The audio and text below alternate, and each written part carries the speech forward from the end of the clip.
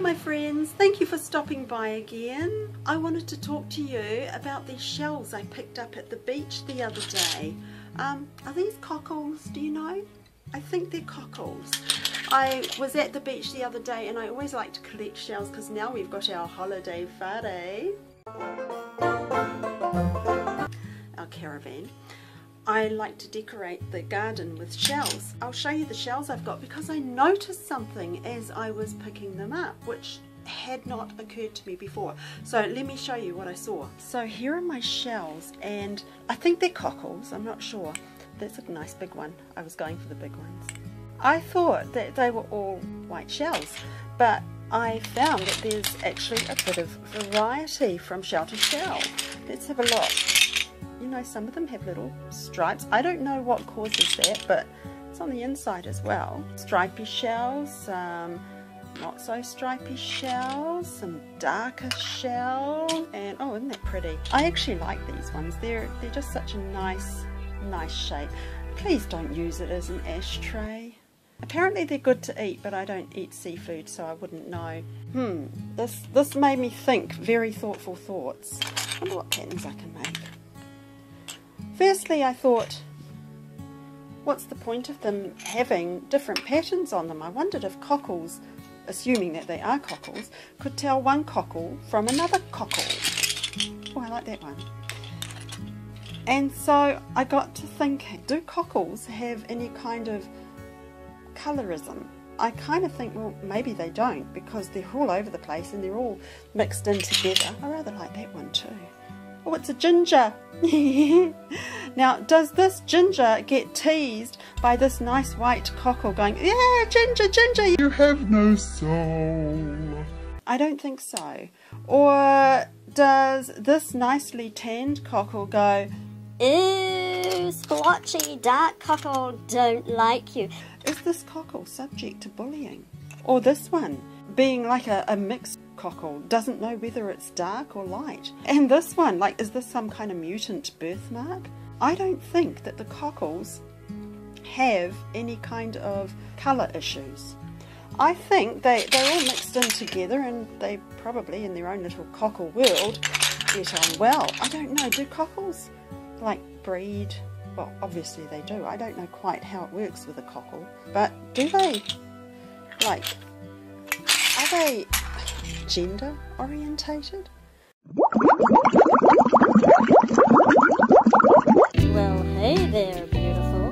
How about you and I get together and make a whole lot of little cockles? You think that might work out for us? Dude, back off. Oops, sorry, my mistake.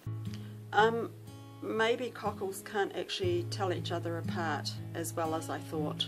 Well, I tell you what, each one of them is different, and if I noticed that they're different, it kind of makes sense that their creator knows which one is which. Each and every shell on the beach has been created and designed by a fabulous artist. And if I look in Luke, and Jesus is talking about, you know, don't be anxious, sparrows, and God looks after them, and lilies. But then he says something very interesting. He says, indeed, the very hairs on your head are numbered. He knows each and every one. See that? It's one hair. One hair right there. He knows how many hairs on my head. He knows which ones, yeah, he knows where my roots are. He knows. I did a bit of hairdressing quite a while ago. I actually trained as a hairdresser. Didn't really like it. Respect to hairdressers. Okay, I didn't like the job, but respect to hairdressers because you guys work hard.